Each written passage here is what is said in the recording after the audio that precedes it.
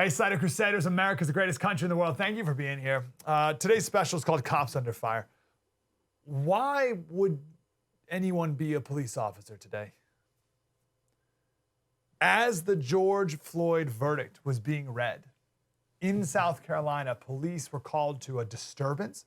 An officer rolled up. A 16-year-old girl winds up, check out this picture. She winds up, is in the action of stabbing another girl.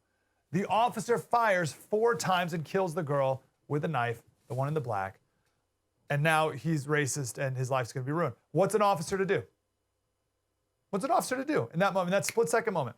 If he doesn't shoot, he's gonna be accused of standing by as the black girl dies, and who's wearing the pink. If he does shoot, he's accused of killing a black girl. Literally can't win. You cannot win, and you have this long to think about an answer. Why would you be a police officer today? You can be going along, doing your job perfectly for decades, and in one split second, you have to make a decision, which you have to live with forever. It's a decision that could take someone else's life, and then you have to live with that too. And then the mob can come and take yours. The mob comes out. They don't care about the facts at all. The media and politicians, they only care about your race and then the suspects. They can spin an entire narrative and not for 1 second consider the facts or have a second of empathy for the officer. That's the situation that every single cop is in right now, no matter where they are across the entire country. What I want to share right here is so important to realize. We the people, we task police officers with a very important and a very dangerous job. Very dangerous job. There's someone who commits a crime. We call the police, like that 13-year-old who was shot, Adam Toledo in Chicago. 2 people called 911 because they heard 9 gunshots. They didn't get out of bed and go investigate as to what was happening. They were in their bed, rolled over, called 911 and said, you go do it, officer. Can you please send police officers to go do it? I don't want to go do it. Police officer, can you go do it? So they have to go, they have to respond to this. Find someone, make a lawful arrest. We have best practices that we've developed over the year to be as safe as possible for the suspect, the officer, for people nearby. If the suspect makes it more difficult, then it's going to get more difficult. And the police officer is now held accountable for all of that. In Chicago, like I just mentioned, that 13-year-old, Adam Toledo, there were 2 people there. There were 2 people. And we have the video, we played this the other day when this story first went down. Watch this, so the officer, they're responding, again, 9 gunshots, it's 2:45 in the morning, they're in a dark alley, the officer gets out of the car, he runs, and he pushes a 21-year-old down to the ground. There's 2 people, as you'll see right here. 2 people, boom, pushes him to the ground. Done. That's it. There was a female officer with him in the car. The female officer got out at the same time and handcuffed him, no problem. He's alive. He laid on the ground, he was like, oh, what are you doing, man? And they handcuffed him, and that was it. The 13-year-old is the one who ran away. He was the one who was then shot and killed when he pulled a gun out of his pants. So we have a perfect case study here. That is a perfect case study. It's the same moment, same situation, same cop, where one person complied and one person didn't. One person complied, 21-year-old, he fell to the ground, he didn't move, he's alive. The 13-year-old did not comply, pulled out a gun, he's dead. So what's the difference between those 2 things? There is no doubt, and however you want to feel about the George Floyd verdict, the Derek Chauvin, whatever you want to say about it, there is no doubt, not a single person can deny that if George Floyd just got in the car, then he'd be alive today. You cannot deny that. You can think that Derek Chauvin and all cops are the worst racist murderers in the whole world. You can believe that, but you still have to agree that if George Floyd got in the car, he'd be alive today. But he didn't. So officers have to be able to take certain actions to detain a suspect, or else it's just complete lawlessness. And now a suspect can just say, oh, I can't breathe, and they're untouchable. As you know, Derek Chauvin found guilty on all accounts. Right? So what are the consequences of this verdict? for all police moving forward? Will officers hesitate to get involved in any situation? Will officers let suspects go? Because heaven forbid the suspect attacks them and then the police have to defend themselves and then they end up going to jail, right? So it's better just to let the guy run away, who cares? What's this gonna mean for policing moving forward? What's this mean for law-abiding people moving forward? And how's a cop supposed to figure this out? Because maybe in the back of the day, you'd be like, hey, listen, bad things may happen, but the truth will prevail. The facts will come out. Facts don't matter. Truth doesn't matter. Body camera footage doesn't matter. That picture we showed up at the front with the girl with the knife swinging at that girl, media reports instantly came out, unarmed girl, unarmed. Media reports saying a knife was found on the ground. No, it's in her hand. The body camera footage, it's right. Doesn't matter. None of the truth matters. None of the body camera footage matters. The narrative is all that matters. And we have no idea what it's like to be a police officer. Just we have no idea. I just got two quick moments I want to share in my life where I can begin, barely, to understand what it's like to be a police officer. And the two stories I'm going to share here are so laughable and so absurd, but that's the point, to prove how little I really can understand what it's like to be a police officer. So if to be an officer in the ghetto is 100, the stories I'm going to share are 0.0001 of understanding, but that's all the empathy I need. Have you ever played paintball? You ever went paintballing with people? It's awesome, by the way. But you're hiding behind a wall or something, and you got to get to that tree over there. And so you got to run across the thing, but there's all these people ready for you to run, and if you expose yourself, they're going to shoot you. Now, this is paintball. You get shot by a paintball, and you go, ow, right? Now imagine it's a real bullet and you die. But you're playing paintball, and you're still, it's like simulating it. So your heart is pumping, you have the adrenaline going, and that's nothing compared to being an actual police officer and approaching a car with tinted windows, and you have no idea who's inside that car, what's inside that car, the frame of mind of the driver, or if he's got a gun ready to kill you the second you walk up. You have no clue. No clue. And the rest of us have no idea what that's like. Second story, just a couple weeks ago, my 4-year-old, he does jujitsu. And the other day at the end of class, the instructor said, hey, any parents want to do this? So we tied a belt around our waist, me and another dad, tied a belt around our waist, and then you put like a little flag in the back of your belt here, and you have to stand up, and you're kind of sparring, wrestling here, and you got to try to get the other person's flag behind their back before they get yours, right? It was 45 seconds, and it was exhausting, right? Because you're tense, you're pushing, you're pulling, you're fighting, you're trying to get leverage, and you forget to breathe. You're exhausted at the end of it. And now that's a silly 4-year-old's jujitsu class with my buddy trying to get the flag out of our belt or whatever. Now make that a life or death situation. You're Derek Chauvin, 5'8", 145 pounds against a 6'6", 240 pound guy on drugs. All right? Do you have a little tiny bit of understanding of what these cops go through every day or no? So many people, it's driving me nuts. Oh, he should have done this, he should have done that. Oh, that police officer should have shot the knife out of the girl's hand. You have no idea what you're talking about. Straight up, you have literally no idea what you're talking about. I gotta go, we got great guests coming up. Do you know the third biggest cause of death in America? The third biggest cause of death. It's never listed, right? If you look up causes of death, it's like heart disease, cancer, lung disease, stroke, and it just goes down the list. They don't put the actual third leading cause of death in there. You know what the third leading cause of death is? Medical error. Doctor's error. There's a Johns Hopkins study, between 250,000 and 450,000 people a year die from medical error. And doctors have time to make certain decisions. They have time to make sure they're giving out the right medications or cutting off the right leg or whatever. And still, almost 500,000 people die a year from medical error.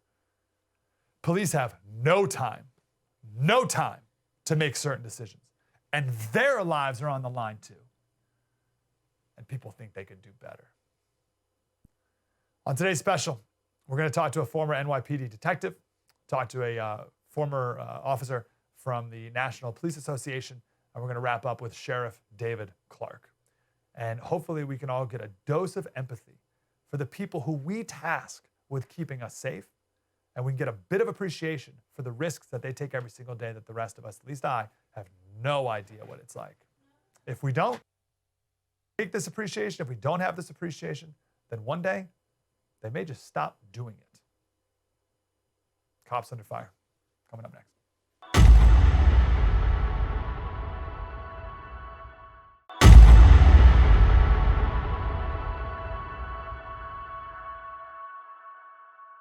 Hey, Slater Crusaders, welcome back to our special Cops Under Fire. One of the things I hear the most from people is about police officers as well. We need to train them better. We need higher standards. We need to train officers better. And I don't know how to respond to that because I don't really know how officers are even trained. Well, Sergeant Betsy Smith does. She's now the spokesperson for the National Police Association, but she was a 29-year police officer outside of Chicago. She has a show here on The First, the National Police Association Report, every Sunday morning at 10 o'clock. And now she is running a group that trains police officers. Sergeant Smith, how are you? Hey, it's great. It's so great to be with you today. I'm grateful you're here, Sergeant. So let's talk about training first. So what is the normal training for a police officer before they even become a police officer? I have no idea. I don't know if it's like a week of training or a year of training. I have no idea. What's that look like? So every state is different, but even when you apply to become a police officer, you don't just fill out an application. They go, hey, come be a cop. You know, you have to go through exhaustive psychological, physical agility, physical health, mental health testing before you are even put on a list to be selected to perhaps come to that police department. And then you go to the police academy, and most police academies, and they vary region to region, state to state, are somewhere around 3 to 6 months. And then after you graduate, if you graduate the police academy, because there is some attrition, then you go back to the police department you're going to work for, and you spend time with a field training officer, sometimes with as many as 4 different field training officers, and you spend 3 to 6 more months riding with that senior officer, learning the procedures of your police department, learning how to do everything from make a traffic stop to deliver a baby.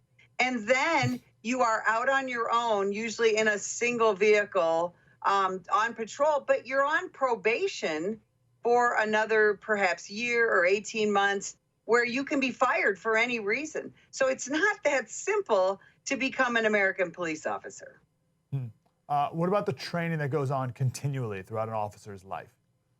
So, of course, after the police academy, after field training, you have to, of course, train continuously. You know, other professions would call it continuing education units, things like that. Again, it's very state to state and region to region. A lot of things, one of the things that people don't understand is policing in the United States is extremely decentralized by design. That's constitutional. So policing in Illinois might be very different than policing in California. Each state determines those things that they want their police officers to know and understand. But generally speaking, police officers, you know, have firearms training at least 4 times a year. We also train in everything from cultural diversity and implicit bias training. We have mental health awareness training. We do defensive tactics training, everything every year. And usually quarterly, we go to some different training. There's also additional training from various companies that do video-based training. The type of training my husband and I do, we do some video-based training, and then we do in-person training where a lot of police officers pay their own money to attend training, and they attend different police conferences, different police training events. So American law enforcement is extremely well trained and very often well educated as well. So when we all see someone make what looks to be a mistake. Now, the most blatant is the recent when the officer grabbed what she thought was a taser and fired a gun instead. Like, that's like a blatant mistake. But even people will see videos of officers, what it seems to be, in our ignorant opinion, of really high escalation of a situation or just not acting appropriately. What do you say to those critics? Well, for example, in the case in Minnesota with Officer Kim Potter, clearly accidentally accessing her handgun when she intended to access her taser. She's not an incompetent officer. She suffered what we call a slip and capture error. It's a motor programming glitch in your brain, and she accessed the wrong weapon. This isn't the first time this has happened. It may not be the last time. That has happened about 16 times in the last 10 years in American law enforcement. Someone But literally here's the pulling thing. their gun instead of a taser? Like that's happened 16 times? At least 16 times in the last 10 years, most famously Wow. before this in the Oscar Grant case in California. Yeah, I want, there's a terrific book out there by James Reason where he talks about these slip and capture errors. They happen often in aviation. I mean, how many times have we seen where a perfectly competent airplane pilot ditched a plane, accidentally crashed a plane? It happens. How many times do we hear those stories about a surgeon cutting off the wrong leg? And now pilots have checklists. Doctors put that X on the area of your body where they want to do the surgery. Police officers have to make half-second decisions, life and death decisions, most often our own life. We don't get a chance to ponder and discuss and check a checklist. We have to make those decisions absolutely immediately. I mean, you look at the case in Chicago where the 13-year-old gangbanger who was armed when he decided to fire a bunch of shots and the spot shotter caught those shots. The police officer's chasing him. He's armed. When the police officer stops and he stops, he still has the firearm in his hand. The slide is racked back. It's dark. They've both been running. The police officer can't tell how old this kid is. And he was a known gangbanger. He's a known member of the Latin Kings. And the kid starts to whirl on the police officer and tosses the gun. And in a half a second, that officer had to decide whether he was going to be shot or he was going to have to utilize deadly force. Cops aren't suicidal. We have to protect our own lives as well as the lives of our citizens. Well, that's my concern, is that police officers will just stop protecting people. And because once they do, if a mistake is made, or even if they do the proper thing, then they're just gonna get thrown under the bus. So why even risk it? Why make that traffic stop? Because the guy can shoot you, like happened in New Mexico the other day. The guy gets out of his car and just executes the guy. Why take these risks? Well, and unfortunately, Mike, that I'm fearful that is what is going to happen, because we have police officers right now under indictment in this country who did exactly the right thing, who did exactly what they were trained to do, and yet they are facing criminal charges. They have lost their careers. And so what's happening, and you're already seeing it in New York City and in Chicago and in LA and in Portland, where you are seeing police officers, and of course in Minneapolis, who are stepping back. And what's going to happen is you can talk all about defunding the police and reimagining police. You're not really punishing the police, you're punishing the citizens. And most especially, you are punishing those citizens who don't have the financial resources, or they don't live in areas where they can fortify their homes and take advantage of their Second Amendment rights. And they need the police to protect them and their families. So you're not punishing the police, you're punishing the citizens. And I'm afraid that's what's going to happen. Yeah, we're punishing the law-abiding people. The gangs win again. Sergeant, my last question for you. Thomas Sowell wrote a lot about this issue here. And he said that the progressive worldview said, he has a book called The Vision of the Anointed. He says the progressive worldview says that the criminals are victims. They're victims of society, victims of capitalism, victims of oppression, victims of whatever. How are we, so that's why when something happens to a criminal, they view the criminal as the victim, right? So what are the police to do? What are we as a society to do when we're so backwards, where the gangbanger is the victim and the actual victim can't do anything about it, because if they do, then they'll be the criminal? What do we do when we're this mixed up? What are we to do, and what are police officers to do?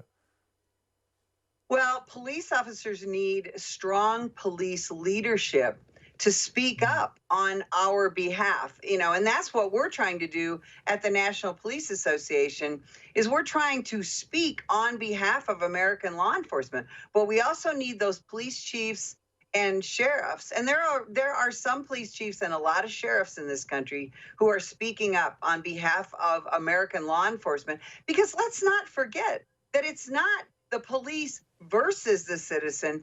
It's the police and the citizens, trying to protect the citizens. Sir Robert Peel most famously said, the people are the police and the police are the people. That's what our police leadership needs to do. And yet we have police leaders, quote unquote, all over this country doing things like taking down the thin blue line flag out of their roll call rooms and denouncing some of the testimony at the Derek Chauvin trial because a police officer used to work at their police department. They're absolutely distancing themselves from those boots on the ground law enforcement officers and our beliefs that we are that thin blue line. We're not the thin blue line between our citizens and ourselves. We are the thin blue line between our citizens and those criminals who want to attack them, who want to disrupt their lives, who want to do them harm. That's who we are. And we need leadership, police leadership and political leadership to stand up and support us and what we do. Politicians are the worst of all. And we can do all those wonderful things you talked about every Sunday morning, right here on the 1st at 10 o'clock at the National Police Association Report. Sergeant Betsy Smith, thanks for your service. Thanks for your time, ma'am. Thank you. Have a wonderful day. True story. Mike Slater, spread the word.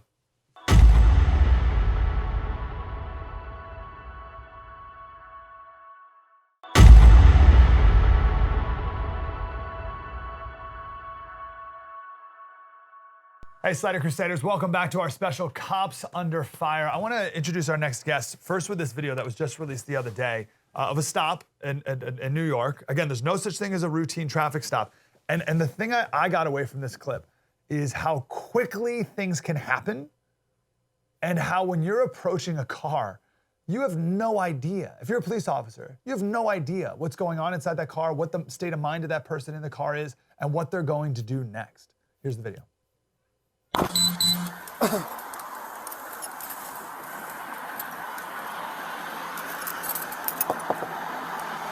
How's it going? You have your license registration with you today? No. Yeah, roll in the window. It's a little dark over there, sir. You got curtains over the window? You have your license registration with you? Hold on. What are you getting out for? Huh? What are you getting out for? I got to do in my wallet. Well, it's down there. That's fine. You can open the door if you want. Oh, get out.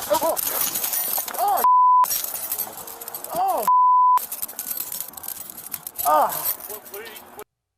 We're told later that guy drove off and started shooting Molotov cocktails at the cops. You just have no idea. So to help us get that empathy is Angel MAYSONET. He's a retired NYPD detective. Mr. MAYSONET, how are you, sir? I'm good. How are you? Man, I'm glad you're here. I got a ton of questions, but let's first start off with the most important one, because the big narrative is that cops are racist and cops are out there killing black people, etc. Are police officers racist? No, they are not inherently racist. There are racist individuals in every profession, right? Teachers, doctors, lawyers, nurses, priests, the gamut, right? Police officers are not inherently racist. There's over 10 million arrests, 50 million interactions with people a year, okay? It doesn't mean, so you have one bad interaction or one mistake doesn't make everybody racist. You can't judge everybody by the actions of a few if that's what you're asking not be done to your demographic, right, so to speak. Do police officers, let me say, in your experience, have the officers you worked with treated black people differently than white people? No, police officers, there's this narrative that police officers target people of color. Police officers don't target people of color. Police officers target criminals, right? And being a criminal is a mindset. Depending on where you work, the demographic of the area and where you work are the people you're going to be going after, right, for crimes. If you work in a predominantly black and Hispanic neighborhood, guess who commits the majority of the crime? Black and Hispanic people. I'm sure in the Florida Panhandle, the majority of people that are committing the crimes on there are white people, right? So the police are going after criminals. It's a mindset. It has nothing to do with skin color. Can you help us understand, us civilians, what it's like when you pull someone over for broken taillight or whatever, and you just have no idea what the state of mind of that person in the car is? What's going through your mind? So when you're pulling someone over, they always have the upper hand because they know who you are, right? You're a police officer, you're approaching the car.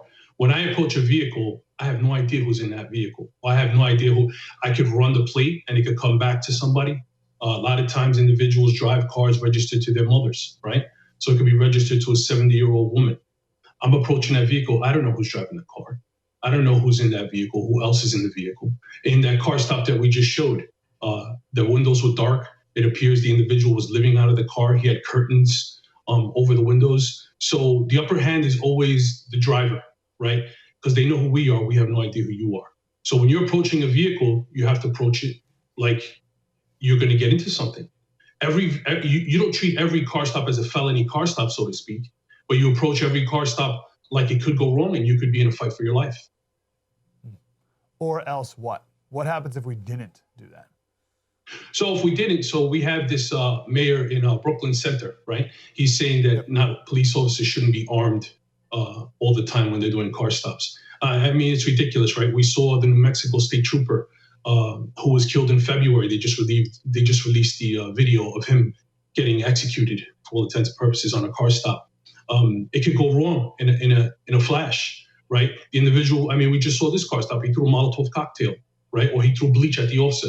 If this narrative that police are racist is true, there was a black individual in the car. It appeared to be a white police officer. He threw an unknown chemical substance at him. Could have been acid, anything. The officer could have opened fire immediately, right, to protect himself and kill that individual. His partner didn't know what happened. His partner stood by the passenger side of the vehicle and asked him what occurred. He didn't open fire indiscriminately into the vehicle. That's not what we do, right? There's thousands of interactions between police and people of color that are armed or otherwise that happen on a daily basis throughout this country. 850,000 sworn law enforcement officers. They happen without incident. These things happen without incident. People go home alive. People go home happy. Everybody. The driver, the suspect, the officers, everybody goes home happy. That's the norm. That's the norm.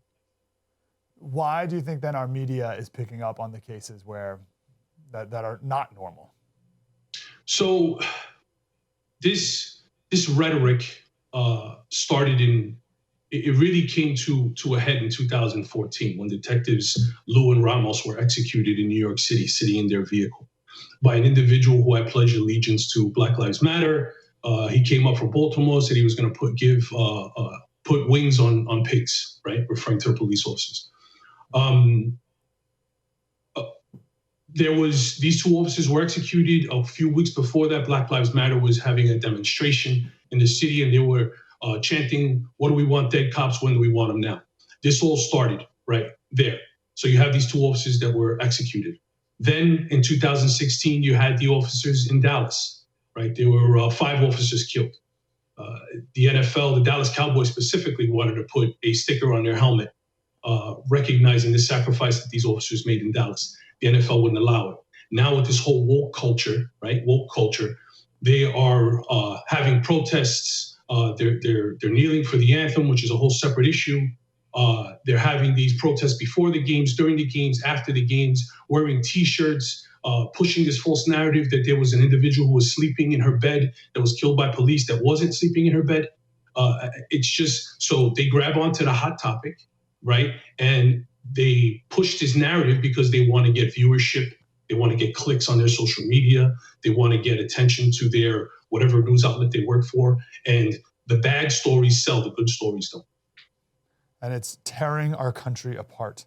Absolutely. Can you speak about police morale at the NYPD? We've had a bunch of police officers call into my radio show the other day, former police officers, and say they're so glad they're out and they would not suggest to their children that they join the police force. You know, we talk about defunding the police. Pretty soon, there won't be any police to defund.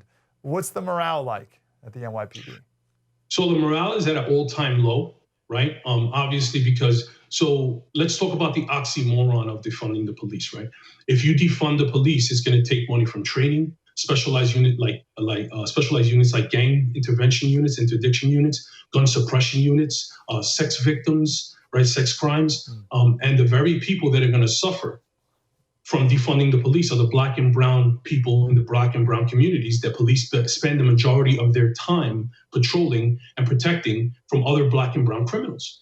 Okay, and that might be not the politically correct thing to say, but it's the truth. Facts don't care about your feelings. These cops they feel like they cannot be proactive. They feel like they want to just drive around with blinders on and not do anything. But when you're a police officer and you take that oath to protect and serve, you take it serious. So if you're driving by and you're trying not to be proactive and you see somebody who looks like they might have a gun on them, or somebody who looks like they're casing a place to rob it, or casing a person to rob them when they come off the train station, you're going to do something because police are built differently, right?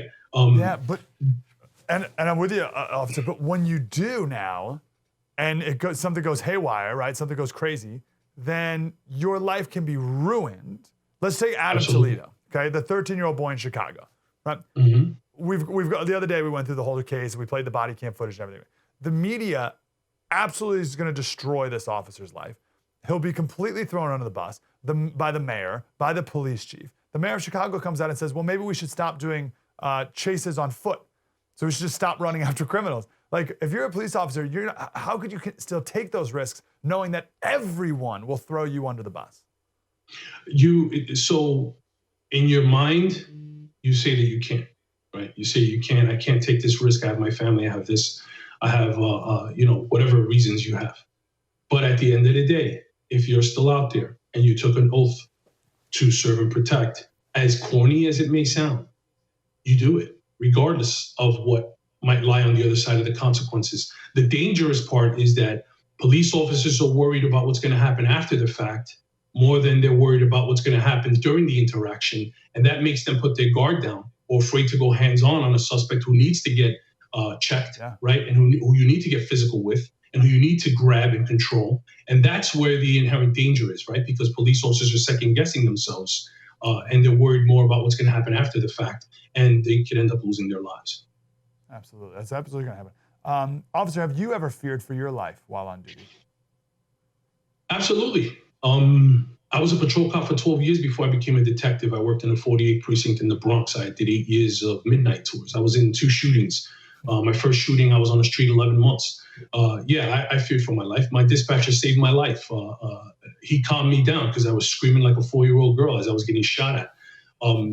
It's a scary, scary thing. We're human, right? It's okay to be cautious. It's okay to fear for your life. It's not okay to be scared, because when you're scared, it's that fight or flight mechanism. And as a police officer, you have to control that. You have to control those emotions. So being scared is never a good thing. But fearing for your life, yeah, it happens. It probably happened to me all the time. Last question for you, Detective. Can you speak to the culture of the Bronx or any of these inner city areas? And you can go anywhere you want with that. The family, just like rap music, video games, whatever. There's just this culture of violence and cop hating and how that affects our lives and what we do about it. So I myself was born and raised in the Bronx, right? And I took the job to serve the community that I grew up in, which I did, right? Proudly and honorably. The problem is, so this hatred for police is taught. Okay, it starts at home. When you have a young child who gets into trouble, or they could be walking down East Tremont Avenue, and the mother looks at the child and says, "If you don't behave, the police are going to take you to jail." That seed gets planted into that child's brain. Then they have rap music, right? We could talk about that, how they push hatred of police, hatred of women. They glamorize smoking pot. They normalize it. They make it normal for these kids to stay in that mindset, right? They want to push this victimhood, right? This victim status. I'm a victim. I'm old stuff. So they can be dependent on the government. And we all see very well now that we can't depend on the government for anything, especially our safety, right? But on the flip side of that coin is most people who are in the inner city, I would say 98% of people who are in the inner city, they love the police. They want the police around. They know that the police are going to help them get to the train in the morning safely. They know that the police presence, stopping bad guys, searching them for guns, is going to help keep their community safe. When I was a patrol cop, I used to have dinner, right, with people that I worked for, right? People in the community would invite us up to have dinner. You know, it's the community wants us there. There's a lot of good people that are trapped in really, really bad neighborhoods. They have no way out due to poverty, due to lack of education.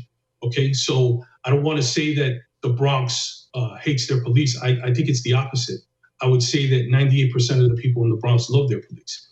The bad people are the ones that make it worse for everybody else. And they have the narrative for whatever reason. Angel MAYSONET, former NYPD detective.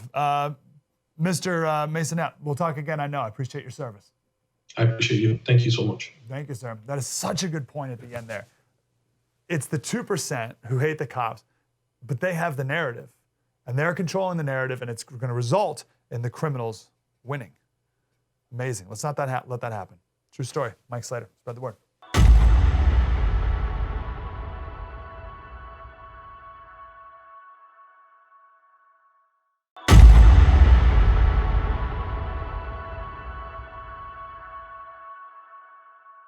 Hey, Slater Crusaders, welcome back to our special Cops Under Fire. You probably saw this tweet the other day from Rashida Tlaib, Congresswoman. She's in the squad with AOC. It wasn't an accident. This is about the Dante Wright. The police officer killed him, thought she was tasing him, but it was actually a gun. It wasn't an accident. Policing in our country is inherently and intentionally racist. Dante Wright was met with aggression and violence. I'm done with those who condone government-funded murder, and here's the key. No more policing. Incarceration and militarization, it can't be reformed. So not only defund the police, but just no more police. Former Sheriff David Clarke, former Sheriff of Milwaukee County, he's the president of America Sheriff LLC, and he's also the author of Cop Under Fire, moving beyond hashtags of race, crime, and politics for a better America. Sheriff, how are you, sir? I'm doing great. Thanks for asking. Can it get more ridiculous than, well, I didn't think it get more ridiculous than defund the police, but now we're at no more policing. What do you say to that absurdity? Well, you know, you'd expect adult-like behavior from these individuals, members of Congress, people in leadership positions, but we're not getting that. We're getting juvenile and imbecile-type behavior, much like the crazy comment recently where Maxine Waters, Congresswoman from California, was in Minneapolis stirring up the crowd. She said, we have to get more confrontational. We have to be in the streets and let them know that we're not fooling around. You know, that's not the sort of thing you expect. When you're in a position of leadership, you have to avoid that sort of thing. That might be okay if you're some, you know, hood rat or somebody like Al Sharpton, Jesse Jackson. You expect rhetoric like that from them, over-the-top rhetoric, but you don't expect it from people in key leadership positions. It's totally irresponsible. We've been asking the guests we've had on today to help us empathize what it's like to be a police officer or sheriff. But I want to get your perspective on what it's like being a sheriff dealing with these politicians, right? Because you're in an elected position, and so are these other people, and some of them are anti-law enforcement. How do you, as a leader, deal with that? Well, you have to have an effective counter narrative, if you will, to try to, you know, dilute some of that stuff. You have to exercise the sort of responsibility that people want from a law enforcement executive. People know that law enforcement executives, you know, especially a sheriff, although I was elected, they don't really view them as politicians. And what you're getting too often is political behavior by people who are trying to score a couple of cheap political points on the backs of the men and women who don that uniform of their community, go out, protect and serve, you know, according to the law, the rule of law, according to the Constitution. But I want to make it clear to people, I think people already know this, but I want to make it crystal clear that, you know, policing is a science. It's not an exact science. It's not a straight line. There are a lot of imperfections because you're dealing with human beings and you're dealing with the imperfection of the human condition. And that's why things can go wrong in a hurry, which they can and which they oftentimes do, but not always through the fault of a police officer. Normally in these situations where deadly force has to be used or any kind of force, it's based on the actions of the perpetrator, the individual, that causes a reaction by the police officer. I've been making the claim, and I want to get your take on it, that the only way to end these interactions, altercations, where deadly force needs to be used, there's two. Either we just stop arresting people entirely, so we just stop all police interactions entirely, or we make jail Disneyland. And it's a place where these criminals can't wait to go, and they'll gladly hop in the cop car and ask to bring their family along to go to jail with them. The lengths that, can you help us understand the lengths that people will go to avoid going to jail? Because that's what this all is, right? Yeah, for some people it's at all costs. But the thing that I find unusual is these people have been to jail before. It should almost be commonplace. And for a lot of these career criminals, it is. You know, you tell them you're under arrest, they just willingly go. They've been there before. They know they won't be there long. They know that the criminal justice system today, anyway, will not adequately punish them. And it'll be out on the street in a short period of time. And so they see it as a minor inconvenience. But on the other side of that is people that freak out. And even though they've been there before, the only person who should really flee from a police officer, and I'm not saying that gives them reason, someone who's never been to jail before, and they're just afraid and they freak out. But most of the people that are involved in this stuff are career criminals. So the sort of things that they'll do, up to including endangering not only the life of the law enforcement officer, but their own lives. You know, when they arm themselves, there's a pretty good chance that, you know, a law enforcement officer may feel the need, reasonably, by the way, under the law, that they have to defend their life or the life of somebody else. So with all of the stops that law enforcement officers make over the course of the year, and it's millions, it's a small fraction, a very small fraction of people who end up dead with an interaction with a police officer. And thank God that it's only a very small fraction of people that do. There's a ton of things that we need to do culturally, and we played the other day the old Chris Rock routine about how to not get beat up by a police officer, which you could never play today. But so we know what people can do differently to avoid these interactions. Is there any police reform that we should be talking about as a country? Anything differently that the police should be doing, you think? No, I don't think so. Look, we've been reforming the police for, I don't know, the last 30, 40 years. Some of it was necessary, but you can only reform it so much before it's no longer law enforcement.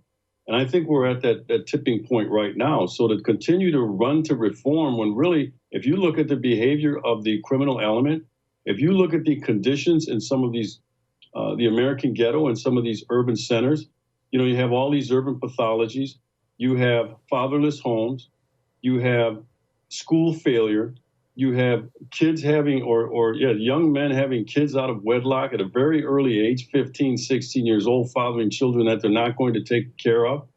You have questionable lifestyle choices by young people. You have drug and alcohol abuse. You put all that together, that is a volatile mix. That's where you end up with the need for more policing.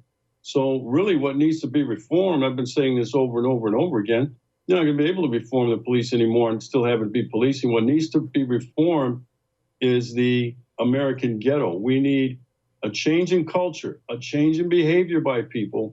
We have to change their behavior. And I'll tell you what, the places that don't have these interactions, it's not because they're white neighborhoods. It's because their neighborhoods are under control. Parents are raising their kids. They teach their kids respect for authority. Their kids aren't perfect, but gosh darn it, I'll tell you what. When a cop says, hey, stop right there, more times than not, they're going to, not because they're perfect people, not because they're white, because they have been taught respect for authority starting in the home.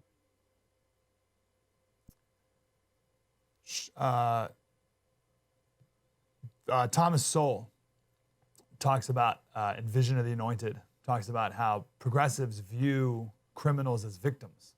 And what you just did there, Sheriff, was you blamed the victim for these interactions. How could you do such a thing? What do you make of that? First of all, Thomas Sowell is a friend of mine. I know him personally. Great man, brilliant thinker, a great human being, and he nails it every time. I've read a lot of his works, but he nails it every time. What the left has done a good job of is painting these perpetrators as victims. They're not victims. They're the furthest thing from being a victim of anything other than their own behavior and their own actions. So that's really what Thomas Sowell is talking about there, that, you know, when you flip this narrative, you make them victims, all of a sudden now there's sympathy by some people who aren't really thinking this through, and all of a sudden start to see them as victims when they're really not. Most of the predicaments that they're in are from their own behavior and their own actions. Look, you drop out of school, if you don't educate yourself, if you don't stay gainfully employed consistently, if you start having kids out of wedlock, you start abusing drugs and alcohol, joining gangs, those sorts of things, that is the petri dish, if you will. Those are the ingredients for leading a life of crime. So if they're not victims, they're the furthest thing from it.